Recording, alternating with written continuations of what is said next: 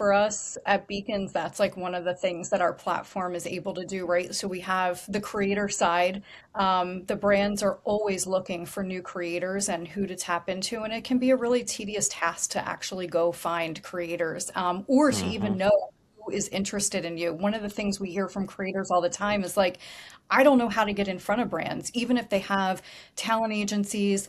And then the brand on the brand side, I worked for on the brand side as well for 3 years, and my inbox could be full, and I don't see everyone who comes through, or I might not be familiar with a name, and I don't want to. I want to make sure that I look at every single person, but who has the time to do all of that, right? So that's why we started building this brand side platform for brands, is because the creators they and the managers, they want to connect with brands, and they want them to know, hey, I have, just because I make food content, I could do X, Y, and Z for your beauty brand, or whatever. And beauty brands might be looking for, people that are beauty adjacent. Or one of the campaigns that we recently were working on, the brand was launching in Old Navy, and they really wanted to find people that had a high interest in Old Navy. So not only looking at the audience data of our creators, but also creators that are genuinely making content about Old Navy, and they go into these stores, and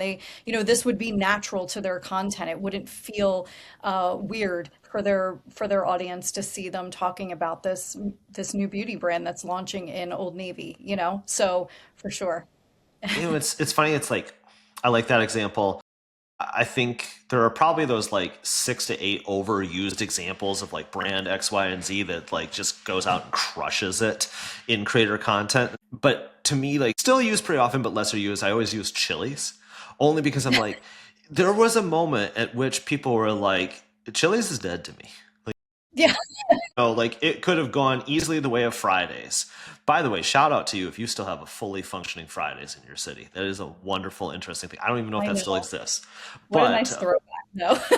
also, like, complete aside, and this is just like an unlock of a thought in my head that has never been expressed in the podcast. We used to, when we did bar crawls in my 20s, we used to make Fridays one of the stops when we wanted to leave the group but not tell the group we were leaving and go to a place where they couldn't find us because there was no way they would find us at Fridays. And then for some reason, like 15 years later, it's like, oh, why didn't Fridays work out? I'm like, that, that's the thing.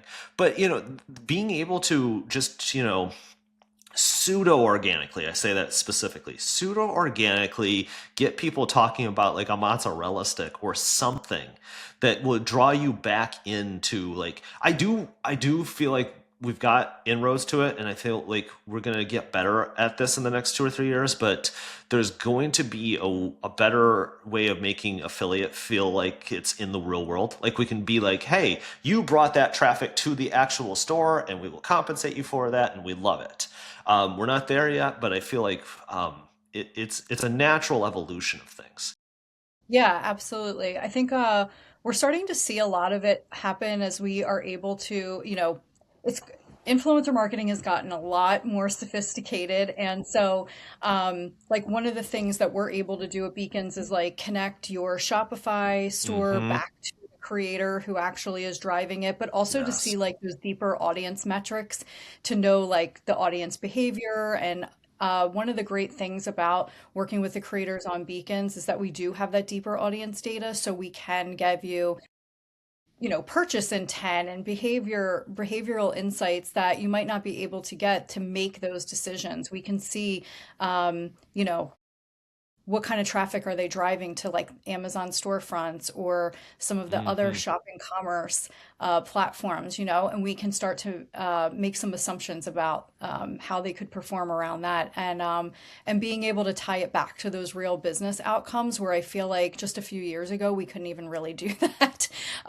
It was Right. like piecemealing all these different platforms together and doing, brand lift studies and surveys and things like that. And now it's just with technology and what it's been able to do, we're able to be much more sophisticated. And I think brands have an appetite for that because, again, influencers are no longer sort of this like top of funnel channel for them. They Yes. want to figure out like, who is actually performing, who could drive sales for me. Affiliate is a huge is a huge way that they partner with influencers, but you're right, it has to change a little bit and it's starting to evolve where it's not so in your face of like, use this link or use that link. We've gotten a little bit of link fatigue Yes. out there. Um, and so that's what we've been really like focused on.